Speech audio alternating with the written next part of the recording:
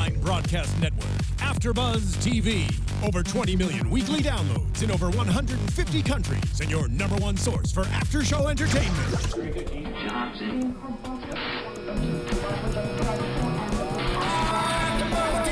AFTERBUZZ TV, the destination for TV superfans. Producing aftershows for over 300 of your favorite TV shows, interviewing celebrities and showrunners, and bringing you behind-the-scenes exclusives. All thanks to E! Entertainment's Maria Menounos, producer Kevin Undergaro, and internet leader Akamai. Now, let the buzz begin! We decided to go with the really creepy version. That'll pull you in. Anyways, hey AfterBuzzers, thank you guys so much for tuning in to the iZombie After Show. We are live right now on YouTube. If you haven't already, please go and subscribe to us on YouTube. You can also download us on iTunes, SoundCloud, rate us, comment, let us know how we're doing, let us know when we suck. We do want to know, surprisingly, but we do appreciate you guys leaving great comments as well. Really quick, before we get some introductions, we actually want to give you guys some shout-outs real quick, and then we're going to get to our guest. We love shout-outs. We're going to go to YouTube first with Rebecca Blunt. Apparently she walks her dogs and listens to the show via podcast. Hey! We dig it. We are live, but you can also download us on iTunes. And also question 13. This is the second week in a row. Asking why Liv didn't ask Lowell about all of his, where he gets his brains. Very good question that we may have an answer to today. Right. And always on Twitter, Tennessee and Hale. You're awesome, girl. She's tweeting more than anybody else. Thank you for the tweets. Across the board. You always got our back, and I love it. Anyways, you guys, really quick, let's go ahead and get some introductions. Let everybody know where you all can find, or they can find you. Guys, I'm killing it. And where we can find ourselves. Anyways, my name is Hannah Prichard. You all can tweet at me at the Hotshot Dude. And I'm Blake V. You can find me on Twitter and Instagram at Blake V Media. I'm Jared Gilkerson. That's at Gilkerson Radio on Twitter. And I'm Aja Seldon. You can find me at Aja M. Seldon. That's AJA, by the way. And you guys, our special guest, Rahul Kohli. How do I say it again? Kohli. Killed it. I mean, I'll just try to say it with your pretty accent and maybe it'll come out right. Thank you for joining us tonight. Thank We're very you guys for having excited. me. I appreciate it. Where can they tweet at you? At Rahul Kohli 13. Kohli. He helped you. You got it. Thanks, got it. man. Thanks. No worries, I got you. Anyways, you guys, this is episode 6, Virtual Reality Bites. Great episode. We're stoked about it, and we're stoked to have him so we can talk about some gaming, which is incorporated on the show tonight. Sounds good. So let's go ahead and get right into the case, so we can get going on that. So we meet Simon Cutler, dead in a basement, rotting there for, pretty grotesquely. weeks. Yeah. It was not a good sight. No, tongue out, eyes glazed over. Bad. He didn't look 32, though. Like, he just looked so much older than that. I couldn't believe that. They said 30, I'm like, nah, he's 58. He didn't look human. That's what 10 days of bloating does. Yeah, right? It ages you a lot. The hair was gone. It was not a good 32. I would agree with you, though. He looks a little crazy. But we do find out that he is a cyber troll. He's like this crazy genius. We know about trolls, y'all. We know you. We know you're out there. We see your comments. No, I'm just kidding. And we come to the conclusion that that is why he is dead. And Ravi has to convince Liv that she has to eat these rotting, nasty brains so they can figure out the reason behind his death. Because clearly it is somebody who killed him because of the confetti they find on the floor. Great. We're doing great. You're like, you put this together beautifully. Was anyone else worried that I thought this was like the first episode where she was finally going to eat someone's brains, and because they'd been dead for so long, she wasn't going to have any visions? And I was actually hoping for a Ravi, like, I'm a gamer, so I'm going to solve this entire thing. So I was hoping for that moment. Spin-off I, Ravi. Yes. Yeah, next season. Oh my God. Cool, you heard it here. First. But it's exclusive. Look at this. Well, I actually expected her to be more dumb from eating the brains. I thought that's kind of what we were going to get, but it was more so that she had all these, like, phobias of, like, leaving the house, I guess. Like social anxiety. That's what I felt when her, like, the walls were closing in on her and stuff. Right. You know, typical recluse I agree with personality. You. I kind of thought that she would take on that role, too. If I don't want to go anywhere, this is my life. And I think that's what she embodied. Which we definitely did see her, like, kind of house arrest the way that he did, because of the phobias. It gave an explanation as to why he didn't really leave his home. What is it that? Agoraphobia. Agoraphobia. Yes, that is what he has. And I don't know much about that. Robbie, he was her right-hand man, too, at one point when she was trying to learn the game and, know what it was about. So he kind of played a role. He might not have been the one to crack the case, but he kind of was the one to help guide her. Yes. Towards with that Warlock Forest. That's it. Warlock Forest. Yeah. I know. How about that name? She even had no clue. Like, I know the password, but what is this? But why? Yeah, I know. Is that how it is in real life? Do you teach a lot of friends and family how to? I taught the cast some games. Like Buckley's very good, so he knows his stuff. Malcolm can't do first person. He hasn't got the thumb coordination. I have that same issue. We're teaching him. He really wants to learn, so we're gonna do that. And David, I think he mentioned last week about FIFA that I played the football game, and he said he beat me in Madden. That's hearsay. Lies. That's lies. We played like half the game, and I think we tied. But so we've got a grudge match maybe back in Vancouver. So are you converting like the entire cast to be gamers? Well, I don't know how this has started because. I guess I am a gamer, but it's kind of spiraled into this huge thing that's like all I do is go on set and game. But I guess because we're all away from home, so gaming's become this thing that we've been doing. But I want to incorporate these like drinking games you can play with games, like Drunk Mario Kart and stuff. Like okay, now that's I like where you're going with that. Yeah, that's what I want to hang. introduce. That's what I want to do. I can learn that one a lot easier than. Exactly. You win, you don't do a shot. Everyone else does a shot. That's the thing. Easy rules. It's the coordination for me. And if you lose, you get Bowser. Exactly. It's our little inside joke. I'm like, I little don't know. Mario Kart joke. Oh, okay, cool. Clearly on the outside of that one. I'm like, Even though in Mario Kart, isn't Bowser always the really slow one? That's what I meant. If you right. lose, you have to get him. Just kidding, guys. Woo, Just killing like, duh. Yeah. it. Clearly, I'm not in on the gamer lingo. 20-year-old. It'll happen. The inside joke. I It'll thought I was happen. in, I It'll come. wasn't. It's great. So in this episode, with it dealing with so much gaming, did you work much with the writers on incorporating this? Did they do this like for you as an exciting thing? I'd like to say, yeah, they wrote the whole thing. Aren't you No, special? they did that themselves. Like, it was the only time I think we had like some sort of input. Diane, our producer and writer, she wrote to us like, "What game are you guys playing right now?" And me and Bucky were playing Diablo. So that just was in the show in last episode. No, 4. With this one, no, we just got a script and it was like, oh, this is a gaming one, and then we read about MMORPGs and they did all that themselves. It was an awesome little surprise for us. That's really, really awesome. I have no idea what you just said. When you said that, MMORPG. yeah, I'm like, I have lost RPG me. is role-playing game. We could go over the whole lingo later. Yeah, you probably Jesus. should have beforehand. So, but this was a role-playing game then. So this is, I don't really understand it, but that's how most of the computer video games are, correct? Well, yeah, this is the online ones. Internet-based. The Yeah. internet-based ones where, like, World of Warcraft-inspired kind of ones where everyone has a character, they're all connected. It's, online gaming. So, and Ravi is into that clearly as well, as we heard all of his lingo the minute. Yeah, he was already kind of into that game. He already had his own character and stuff, which was an homage to the comics. He referred to himself as a weird terrier. And in the comic books, there's a character that's a werewolf, but it's a dog. He's a weird that's terrier. cool. So that's what that homage was for the comic book fans. That's pretty cool. I like that. And also Major is big into the video games too. We've Right. seen that in episodes past and also at the end of this one. You guys had your little Oh yeah. kind of Moment. moment, right? Your little gaming moment. So when you do your gaming, do you put the blackout curtains up? I have that permanently. I don't get. I don't do natural sunlight at all. It's really bad. He's like, there's another way to have your living room? Just like, put the blackout I'll be curtains. playing guitar or I'll be doing my own stuff, and I just don't open the curtains. It's terrible. I just live in darkness. Really? Like a goth. So then, We'll explain the all black. Oh yeah, exactly. There you go. Yeah, that But works. I'm feeling it. there you go. Thank you. All right. So, anyways, Liv and Ravi use this whole War of Warcraft kind of thing. Whatever. What's it actually Warlock called? Forest. Warlock Forest. To try to hunt down who they assume is the killer of Simon Cutler.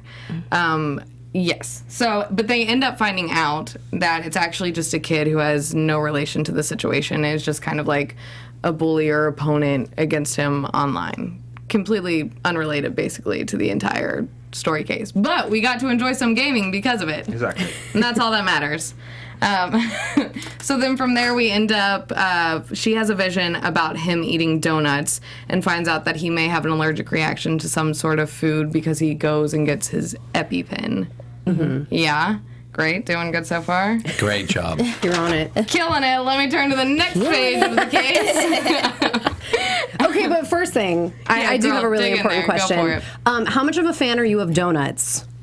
Oh, not as much as the gaming. Not as much as the gaming. Okay. I'm more of a fan of the donuts. Me too. I was excited by the Kruller storyline. Those are my favorite donuts, by the way. Those are the old people donuts. Dude, I actually don't think I've had one. I ate They're those the donuts on best. set, and I usually like donuts. Are they cronuts? What the Crullers. Crullers? Yeah, not the cronuts. No, those I can do. Disgusting. The best. I hate Crullers are so. I Really? agree. Well, they're in different flavors and they have different toppings too. dry. You maybe have not experienced a delicious one, but I'm telling all of you. Old-fashioned Those glaze. ones that We're you not. saw? Oh, okay. Oh, okay. Well, that could be. Sorry, props. That's good. Sorry. You failed. Terrible. Props, you failed. They bought the cheap brand. It's They fine. just taste like flour, like I'm eating dough. Like it's no flavor at all. Oh, well, I my disagree. great-grandfather's They taste like favorite donut. beignets. I think they're French. Cruller.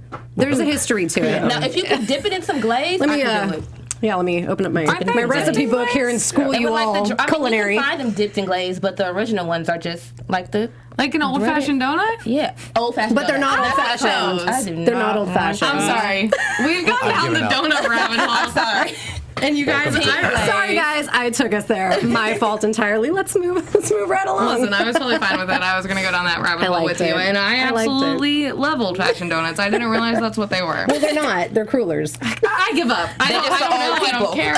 I don't know about games. I don't know about donuts. Back to the story. Or chairs.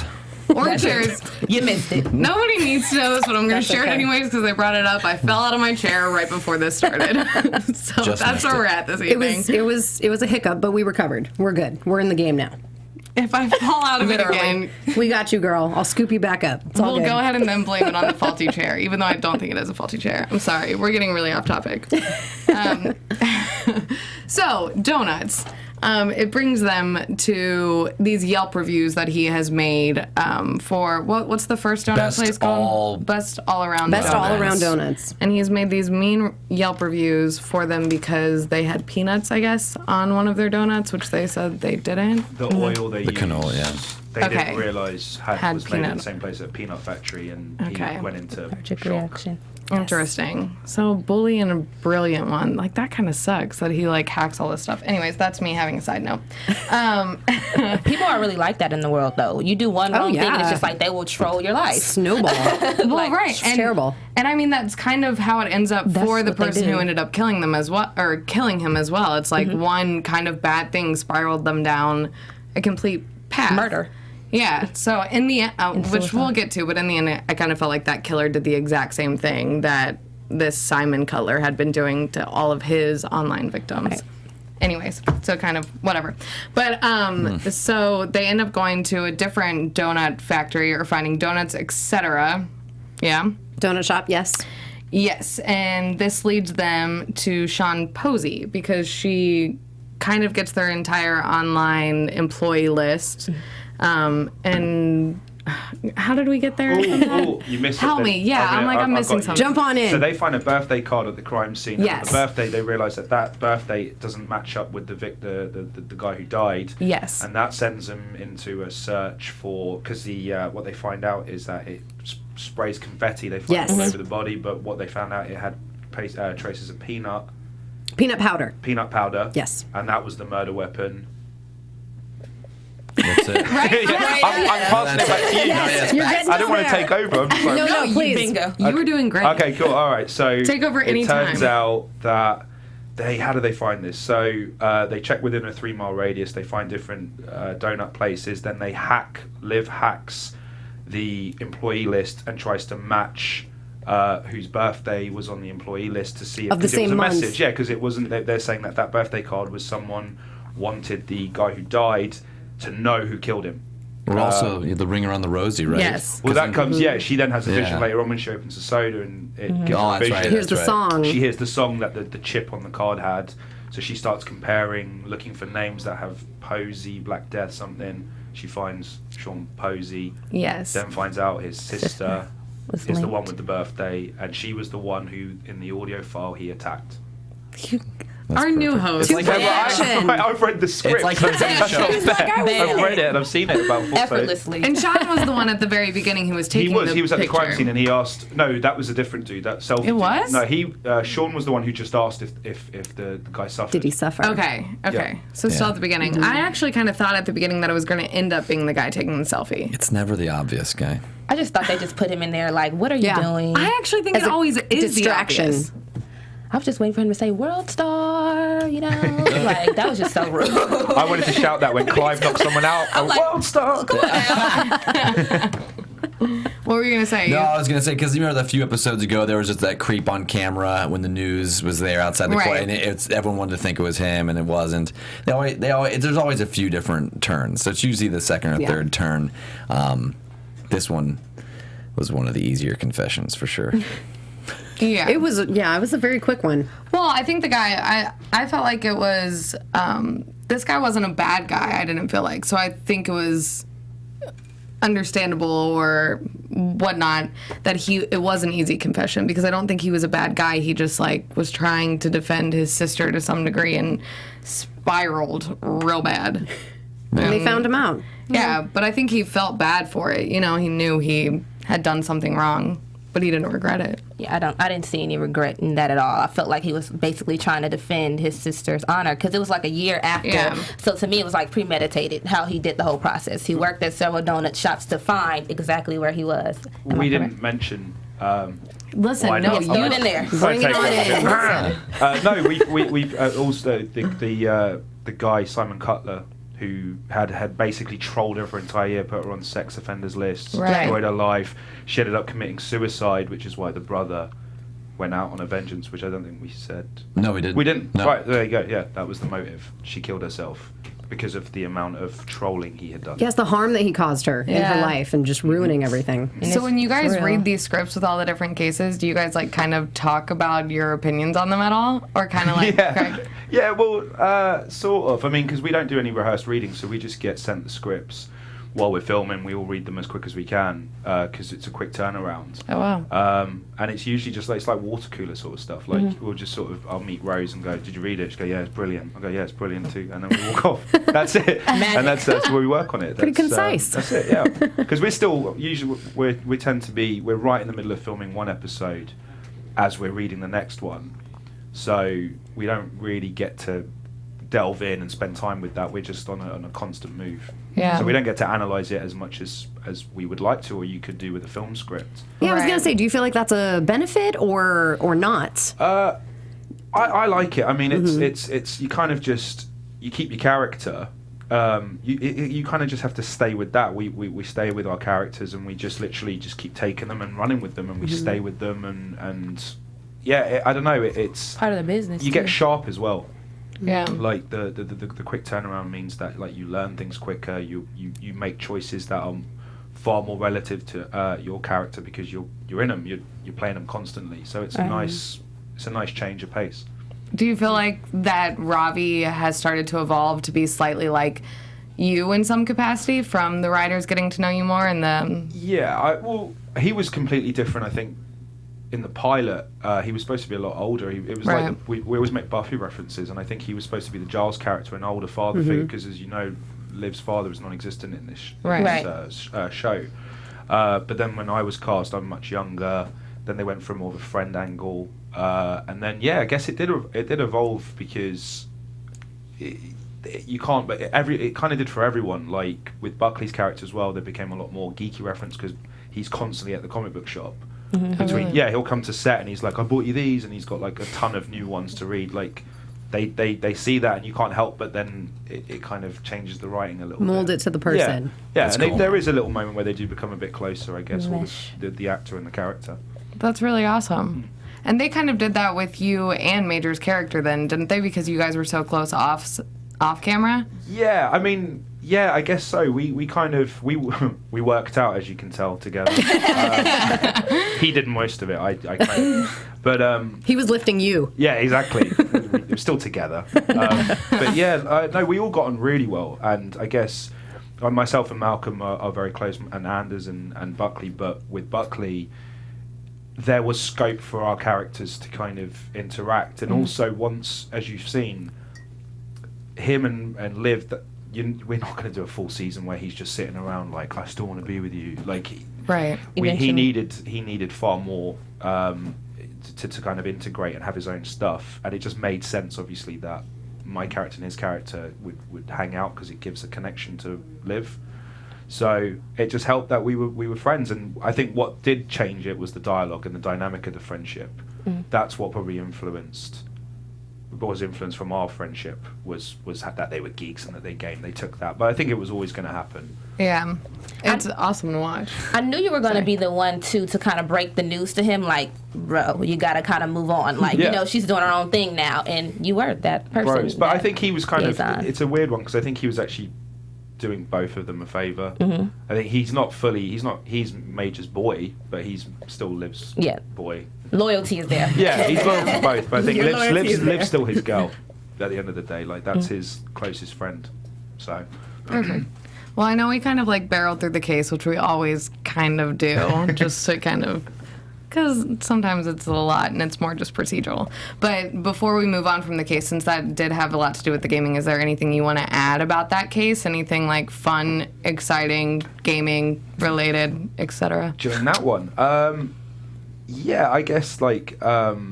Oh, well, I have a story that happened. Spill it. When we like stories. Yeah, I can. It's not gaming related at all. It was just that episode 6, was the end of mine and Malcolm's working relationship. We couldn't make eye contact, have our characters interact in any way whatsoever for 2 episodes because at the scene when we have the body on the gurney and he's got his inflated tongue out, the guy who played the dead body. I got kind of nervous because I was fluffing my lines and my pen had flown up during a scene and landed right on this dude's tongue. And Malcolm just sort of was like, I got that for you, brother, mid-scene, and he passed it over. That was it. I don't know, it's something as small. That's the thing when you work in scene. No one else finds it funny. Lighting guys were straight-faced, but for us, it was the most funniest thing. That was it. So, like, you'll see for the next episode or 2, Malcolm looks here, and I used to look here at him. Oh my God. And we were worried. We used to meet up at this wings place and be like, dude, what are we going to do? We can't work together. Like, the most unprofessional thing. And that's where it end of started. the show, yeah. That's where it started. Malcolm's always walking into the morgue like, what's up? And he's like, that. So you're instantly reminded of that moment. And also, he said something in this episode which didn't help. He said something like hither and yon. And I don't know what it is. Maybe it's Malcolm's accent. When he said hither and yon, it was the funniest thing I'd ever heard. Anything can trigger it off. Like, yeah, I think after this episode we got closer and the giggles started a lot. Like, it became way more frequent with Rose and with Malcolm. Not to mention the funny vines you guys got going on there. And the funny vines that happen. Yeah. Do you guys play basketball together? I saw basketball. I was like, are they like balling when they're not on set and everything? Well, Anders and Malcolm play basketball separately, and they've started to play together. And then I just stand around. I'm the unhealthy one. I just sit there. But we started playing. Is it pig? Yeah. We play pig. Yeah. We should play horse. But that's less letters, right? So it's less shots. No, horse is a longer game. It's just a longer game of the same thing. Yeah. Horse and pig are the same. Yeah. They let me play pig. They won't let me play horse. They're knocking you out quick. They see you come in and they're like, let's change it to pig. Yeah, and they change it to pig. I don't get as many letters. They don't want you to play. But yeah, so we do play a lot. Like, yeah. So how does Liv like fit into that chemistry off set? Because she even mentioned like the bromance that goes on set. Like she said, you and Buckley, you guys had something like, I guess you told him like, call me at 3:45 or something like that. And you guys had like your little thing going on. Well, so how does she fit? Is she kind of like one of the girls who hangs with the guys, or? She's like she's like a sister with like 4 big brothers. Okay. That's it. Like the thing with Rose is that she works 8 days a week when we're filming. We don't. Oh wow. So like she's like, because what will happen with Rosie is that she's obviously in almost every scene, and then she has to do voiceover for the episode, so she'll be doing like while we all go off and you know hold hands and skip down the car park, she has to go into the recording booth. But whenever she's around, like she's like we had a really good time in Vancouver. We would go out a lot, and it's a great city, and we all spent as much time as we could. And Rosie, she's like, we've gone rock climbing with her. She likes, is it indoor rock climbing? I don't know. Indoor rock climbing. There's a word for it. I'm sure there's an actual word for it. But, Extreme incline. Yeah. No, something like that. But we'll do that with her and go see films and stuff like that. We're kind of a tight group. Cool. I dig it. Yeah, that's really cool. I feel it. Yeah. All right, we're gonna get back to the show. We're We're gonna do it, and then we're gonna get back to the other stuff in a little bit. But next, I wanted to talk about Jackie and Blaine and their relationship with Meet Cute and everything that's going on with that. Because we actually opened with Jackie tonight, and we see her just attack and eat somebody's brains, like almost like a vampire. Like this was like one of those breakout moments. I feel like in the show that's like she just went completely savage on that poor dude. Because she needed it. There's I had a sad feeling about her from the beginning because she was kind of like a rebound because of his zombieism. Right. So it's like, oh, I'm just gonna hit on this this cougar or whatnot. But then she had no leverage, nothing. Like he would make deliveries to her place, and one mistake, done. But she was giving him like a really sweet pad to live in. I thought they kind of were starting to like each other too, though. Now he can just take it. I don't know. She was giving him $25,000. That's big too. That's big. I feel like he's got a lot of clients now at the point that she's the original, but now it's everyone on there. She's expendable. Yeah, she's done. I mean, I would have done the same thing, thinking like him. She didn't play her position. She was kind of blowing up his whole cover. You're bringing the police to where I do business. I would have disposed of her too. Not technically, but I mean, you got to go. Yeah, but speaking of that, just got serious. Real dark. I know. See what you guys are doing to me? It's the dark clothes. It's the character Blaine. See, I'm not like this in real life. That's good. Get into it, girl. But speaking of that does move us on to Babs showing up at Meet Cute, which I hadn't realized that is the first time that anybody has shown up there. Like, aside from, right? Isn't it? Like, we've been introduced to Meet Cute, but none of the main characters you're right. That's the first time have, like, the zombies, shown up there. Yeah, and everyone's in there. Babs is the first to do it, and it is a creepy exchange. Yeah. I knew it was over. I thought it was over for him. I'm like, she's back there with the little butcher knife. She's ready. I mean, Blaine was having no mercy in this episode. He was like, come on back. Come on back. Mm-hmm. She's like the old lady from Goonies. That's all I can think of. When I see her, I just think I forget her name. Great reference. Funny. Yeah. That's really good. She's like a sidekick now. That's I love Blaine's old lady sidekick. But I guess I also hadn't realized that Blaine and Babs, we call him Babs, which you know because you watch the thing, but But of course. I know right? Babs. He's one of us. Detective Babs. he Zombie watches this, you guys. But yeah, I hadn't realized that they hadn't met either. That was the first time. Yeah. Yeah, the first time their characters meet. And Babs has no idea about Blaine, so this could be an opportunity to kind of open up to him starting to piece together the whole zombie thing. Maybe Babs will be so gullible and he'll think that everyone that's pale in the city is just psychic. Just saying. Well, listen, they're all getting tans now and dyeing their hair. It's literally just Liv. Or Blaine. Well, he's getting the tan. He's getting the tan. Literally just Liv. But he's still got that white hair. So that was a cool meeting, though. That was like a real intense. That was my favorite scene of the whole. Everything inside the shop for the episode. I mean, no offense to the gaming. But, Yeah, of course. But it's all those scenes. I mean, like you just think, okay, who's Blaine going to take out next? And he's just, you don't know what he's going to do. Everyone's expendable. It doesn't matter. It's just so cool. It's so intense. That was fun. Yeah, he's become like absolutely money hungry. He doesn't really even care. It's not even like about the brains or anything for him. It's seriously just him being the head of a business, like being the top dog. Which I think we'll still end up seeing him be knocked down by that, what is it, detective officer, whoever the head is. We'll get to that later. That's a prediction of mine. Who is going to take him on? Like, who is going to be the one that he goes up against? Yeah. Because right now he's just dominating everybody. But that's not know. He is. But then we see him carry that on over to Jackie's place, showing up with a drill ready at the door, which I actually thought was a really hilarious shot. That I'm like, David actually probably loved that from actually hearing him like sit over here and talk about doing all the like American Psycho of stuff. I was like, I'm assuming that's right up his alley. He loves that stuff. He's great at it. He's an awesome villain, and like. Yeah, he I don't know, he the way he plays Blaine in this one is he's almost too likable. He plays likable and just nasty perfectly. He does. As really you know, true. David Anders is the biggest sweetheart For everyone. Yeah. Like, he's out of the group. He's probably the Having least capable of doing anything, any harm to anyone. But he's so convincing. He's so convincing at it, yeah. It's amazing. Okay, so don't get on your bad side either. Then. The all black. Great. But we see Blaine come in, and before even really giving her a time to or a chance to explain, he's ready to drill her in the head. So zombies then can still be killed. Well, yeah, in zombie lore, brain. you destroy the brain, Yeah. you get And rid of they're it. done. They're done.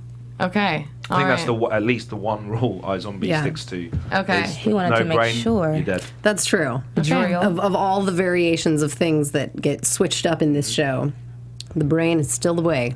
I'm to- still did it interested too. to see, because he's definitely killing and eating these brains, and he's got a place to store them, and he's got a great operation going. But we've never seen any of the other zombies take on personalities yet, because the scenes aren't long enough. You know, Liv, it's the entire episode, but we haven't really seen Blaine. I really want to see him.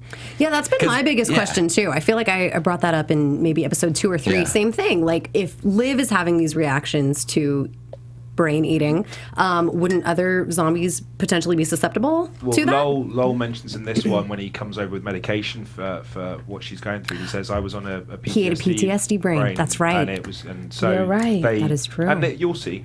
Oh, we'll see. I think David did mention that he was going to eat brain or be affected at some point, didn't he? Or did I make that up? You're just hoping that he eats the brains You're of the just kid. creating You're your own hoping the script kid now. one. I want that kid thing to happen so bad, which I know is so like Everyone acts like morbid and messed up, but She's gonna I think it'd be really funny. So I think it should still happen, especially because now I'm bummed out because I thought she was going to be far more dumb in this episode than she was. I'm like, come on, I want something like, I just want to see her, I don't know, maybe be it'll goofy, happen. I struggle. promise you'll get something. My wish will come true.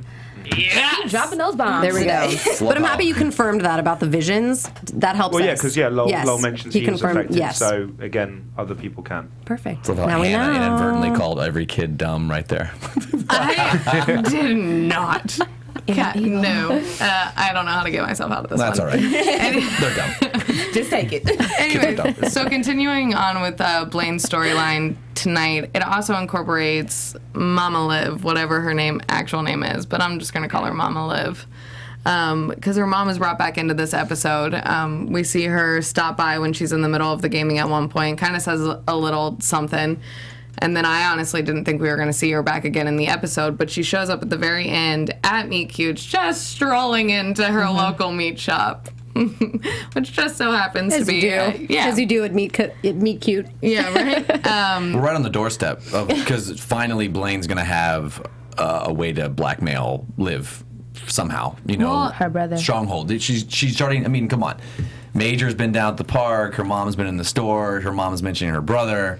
Everything's going to come together where he's going to have her. You know, he's going to he in complete control over her. Yeah. I think it's going to be not necessarily that he has complete control over her, but him and her are going to kind of go really head to head because that's her brother. Her loyalty is to him. That's blood. That's how I would be. So I would just think that that's what she's going to take. Like, him and her are going to we're going to really see it come to a head because she's going to want to protect her baby brother like she did on last week's episode when the guy saw her brother and he immediately started walking to the door. So I just kind of see that element.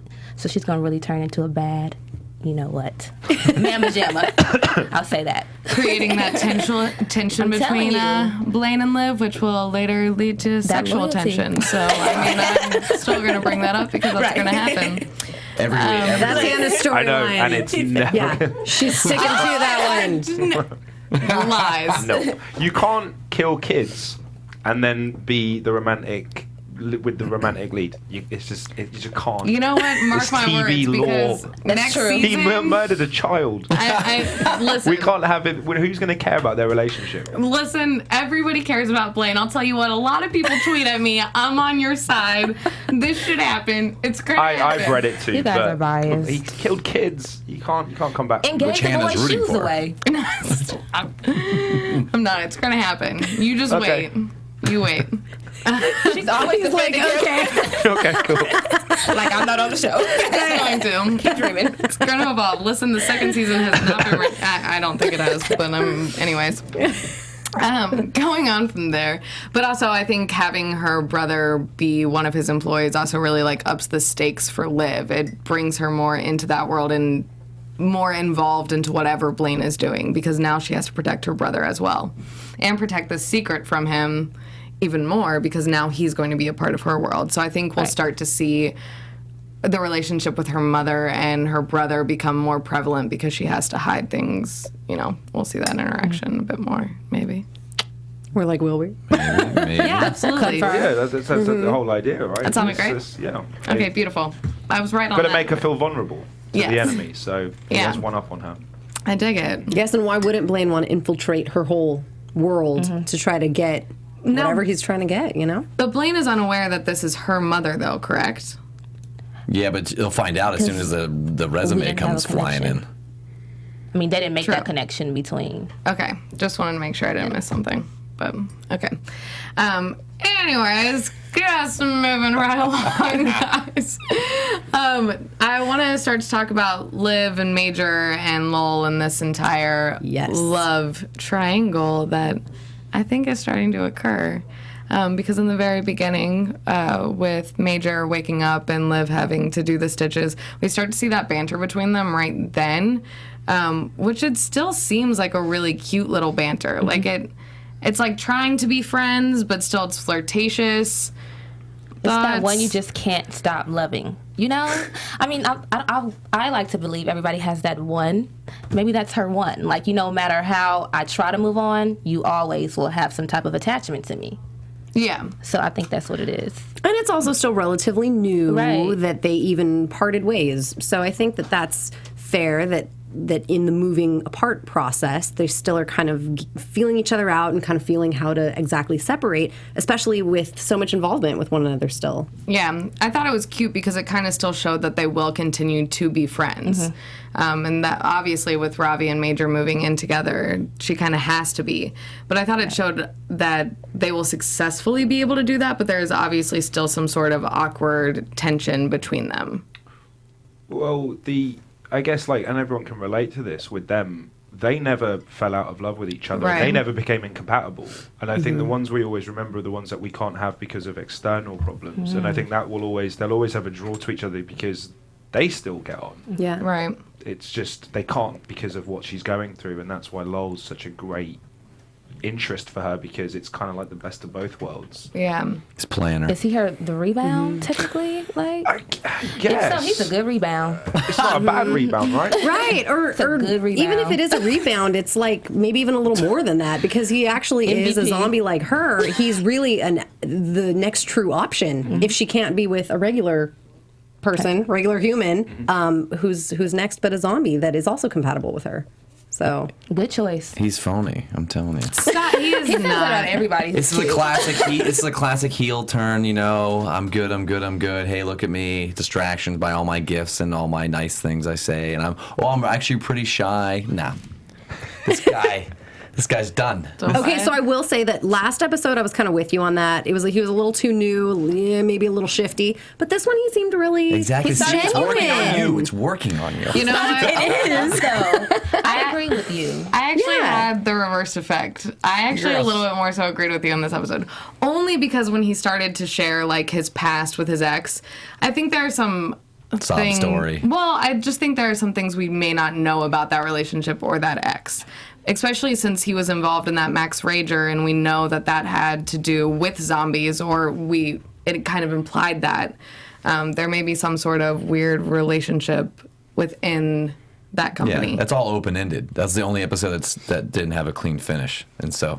Like, granted, I still think he's good, but I think there's some As far things we don't know. As I'm concerned, he's on my good list until further notice. Like, I just seeing him open up was just kind of like, he kind of has a heart. Like, he finally had an ally or somebody who understood him of the opposite sex, which I think they're both looking for. So, yeah, I see some greater good in him. Now, Thoughts? if he proves me wrong. Thoughts? Yeah, Yes. these are great thoughts. There's depth to that character. There's still more to learn about Lowell. I like that. So we're going to be a fan of him then, including him.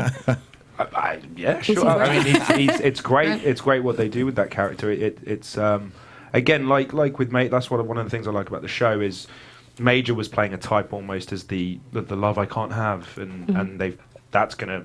I'm dropping spoilers here, but that's obviously there's far more depth to Major's character, which we'll see over the next few episodes. And the same goes for Lowell. He's not just a new love interest. There's a lot more to him, and the world that he's in and that lives in. Well, and speaking of that, you kind of helped segue into Major's development with this whole story with Jerome. Well, because obviously he got beaten up in the park, and then he becomes on this mission kind of to find this Candyman and track him down, which he thinks the Candyman is the one with the American flag shoes on. But is that true? Candyman. This opens a can of worms because I spent the entire season thinking Candyman was the dude with the shoes. Oh, really? I have to clear. I'm going to clear this up for myself while I talk through this. So, yeah, the Candyman that they refer to is Blaine. I know it.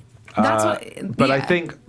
I'm sure. Wait. I'm sure Major does think that the dude with the trainers with the Converse, because he doesn't know American flag back is story. Candyman. But it definitely is Blaine, though, right? Blaine is the Candyman. Candyman. That's who's been handing out Utopia, Okay, and that's good. why they call him the Candyman, because he hands them out like candy. Right. Okay, Or great. Sweets, as we say. But yeah, like that's sweets. Anytime. But yeah, that's he. I think he thinks that's the Candyman. Right. Yeah. Okay, cool. I just wanted to make sure that we're all on the same page on that. Anytime you hear the name Candyman, though, like, did they not see the movie? I would so run the other way. Like, that movie traumatized me. No, seriously, I still have nightmares over that movie. But isn't there that song, The that. Candyman Can? Isn't that, what's that Willy film? Wonka. That is Willy Wonka, right? Charlie There you Chocolate go. Factory, yeah. That name just freaked. I still am traumatized by the movie. So I would have ran the other way, but I definitely knew it was Blaine. Definitely. I'm like, that just seems right up his alley to be passing out the stuff to kids who are probably gullible like Candy. I'm Which like, is the that's perfect romantic lead, right? Kills kids, hands out, rugs to them. Perfect. Listen, like you said yourself, that he plays it very good. He does. He does. He does. He is still redeemable. Stop. Okay, but I kind of want to conclude that so we can ask you some questions before we're done. So I guess we're just going to see Major more and his with the service that he does, the house that he does, start to become more involved in this entire storyline with this Candyman. And we were introduced to some new characters tonight within that shelter, like Tom, which I think we'll see again. I don't know if I trust Tom anyways, but that's aside from the point because we got to move on so we can ask you some other questions so you all can just comment on what you guys think about all that stuff. But I know these guys had a bunch of questions for you, so anybody go ahead and want to I have a curveball. One came up during the episode. I noticed that the writers kind of sprinkle in, characters from maybe past shows that they've worked on, like Veronica Mars. But today there was a nice quote from Conan the Barbarian. There was the lamentation of your women when she was yelling. Oh, when she was yelling down. And that's an Arnold quote. I'm like, oh wow, they're really going deep here. With and so I guess my question is, it seems like a lot of the writers or people have input on, hey, let's sneak this line in, or let's put this character name in. I mean, can we anticipate that to keep happening, or do you have any input with the writers? They like Rob Thomas is. Like they love pop culture and Rob's known for that, and Diane that's like Veronica Mars had a lot of pop culture references, and it's kind of one of their little trademarks. And yeah, I mean every time we get a script there's a reference to, like we had The Matrix obviously when The Lion I Know Kung Fu. I didn't know the Conan. See, half the stuff goes over my head. I just read lines. I have no subtext. I don't read anything. But like. Yeah, it's kind of a thing that just is ongoing for the rest of the season. Cool. Mm-hmm. Yeah, one thing that I really like about your character's approach is that he's very optimistic and he's like eternally trying to help. And I think in episode 1 or 2, it was basically like, oh, zombie, of course you can cure that. That's not you thought you were going to be this way the whole time. Very much unlike the current zombie shows that there are. There's not really that optimism. Yeah. How do you feel about playing a character that is taking on that approach, always trying to help? It's a huge change for me. Mm-hmm.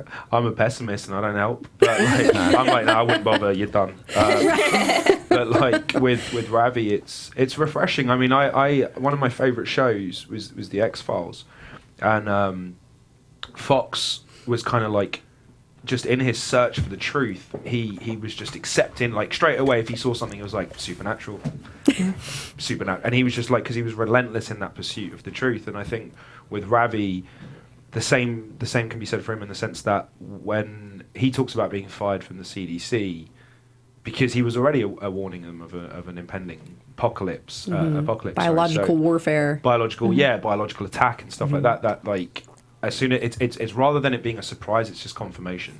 And I think he's already there to kind of work with it, fix it, accept it, and I think the positivity and the support he gives, that's also because she was in a bad place, obviously in the pilot. She was, she was barely leaving the house, and obviously she was dealing with her own inflictions, and I guess he was kind of trying to rattle her to use it for something, or at least see some positivity in it. So he kind of overcompensated for the two of them. Are we going to get some more answers about the reasons why you saw this outbreak prior and it being like a man-made attack or outbreak? With Ravi, there's in season 1, you don't really. He's kind of a character that just is, and there isn't much of an origin story for him. You don't really get much indication to his life prior to that. Whether that's being saved for later, I have no idea. But that's just the way it is. But in terms of the outbreak, there is a deeper explanation to uncover, and there's a bit more of a case with that. Cool. You guys, anything else? I do have a question. As far as you prepping for the role, because I know you had like 2 weeks to prep, and you and Ravi do have similarities, but you seem quite different as well. So I know you visited morgues and stuff like that to get prepared for the role. Yeah. What was that process like of embodying who he was? The thing is, when I saw the character, like one of the first clues about him and stuff that I wanted to research was his job, because that's the biggest reason he's in the show, is because he works at the morgue where she gets her brains. And I obviously know nothing about pathology, so it was my first clue was like, well, let's break down people that do that. So I interviewed pathologists. I watched like case files and real videos of how to do autopsies, and then I kind of gauged this. And there was a pattern with people that do this job, I had found anyway from my research, and they tend to have a really interesting sense of humor, and they're able to deal with that dark stuff differently to you and I. They just have this kind of, there's just this quirky humor that I kept seeing with them, and that was kind of a jump off point for him. And also, like, it's so, that was the other thing, like everything that they see in that I had seen the pathologist deal with, they're so matter of fact about it. Like I know they don't eat over the body or anything like that, because obviously that contaminates it. But they do have their lunch. It's in the same place. I was there. That's where they eat. It's like the room's there, and there's the body, and they just have a. It's oh my god. Yeah, but to them it's nothing. But to us it's something. But and learning that and I got maybe too comfortable, because I was doing things like touching my face in the show with rubber gloves, which was a no-no. No, that's a note for me. But like just being comfortable in those kind of around those bodies and stuff, that's something that they all inhabited. So it was kind of crucial for me to do as much research as I could. Perfect. Okay, well, real quick, what's coming up for you? I saw that you had a theater background. Any theater are you doing? Any shows? I'm on holiday. I'm on holiday right now. I've just moved here. I'd never been to America prior to the show, so right now I'm just. How are you liking it? Is it so different? It's the weather. Like, I'm British, so we're always going to just say sunny. That's it. We can go anywhere as long as it's sun. I really like it out here. It's cool. I miss the city though. Like I love walking and stuff. You don't really have that in LA. But I'm just. We will know very soon the fate of our show. As is the upfront, so we're all sort of just on a hiatus period right now, and then we can start planning accordingly. Nice. Hurry up! Don't keep us waiting too long. Yeah, right. Yeah, same. We're pulling for it. We want to know too. With that in mind, real quick, let's go ahead and get some predictions. We gotta wrap it up. You first. I want to see the brains used as drugs. Great. Dig it. Store your brains. Freeze brains that you can pick from if you need a certain skill for each day. I still dig that theory. Somebody else? I'm going to see Blaine and Liv kind of go head to head, because that brother element is coming into play. And then we're going to see Clive and Blaine get real familiar and acquainted coming up too. Cool. Yeah, I want to see more from Detective Babs. I think that there's a lot more coming from him. And I want to know more about his involvement and maybe to see his involvement with Blaine with his new meeting this episode. Meeting? Go. His meet-cuting. I think that Major is going to start to piece things together as he meets Blaine and Lowell becomes more of an integral character. I think he's going to be the first on the outside to really start to figure it out. You want to give us some predictions or any? All good, yeah. Like Nice. wink, wink. That's wink, right. winks. Some of them are gems. Some of them. Beautiful.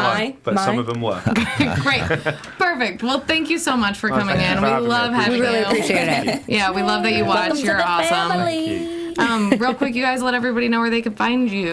Instagram, Aja Monet Simone. Twitter, Aja M. Seldon. AJA. Don't forget that. That's Jared Gilkerson. That's at Gilkerson Radio on Twitter. And I'm Blake V. You can find me on Instagram and Facebook at Blake V Media. Raul, once again. Oh, at Rahul Kohli 13 on Vine, Twitter, Facebook, Instagram. I keep using the same handle. Everything. All of them. Perfect. And y'all can find me on Instagram and Twitter at the Hotshot Dude. Thank you guys so much for watching. We will see you all next week. Later. Peace. From executive producers Maria Menounos, Kevin Undergaro, Phil Svitek, and the entire AfterBuzz TV staff, we would like to thank you for listening to the AfterBuzz TV network. To watch or listen to other after shows and post comments or questions, be sure to visit AfterBuzzTV.com. I'm Sir Richard Wentworth, and this has been a presentation of AfterBuzz TV. Buzz you later. The views expressed herein are those of the hosts only and do not necessarily reflect the views of AfterBuzz TV or its owners or principals.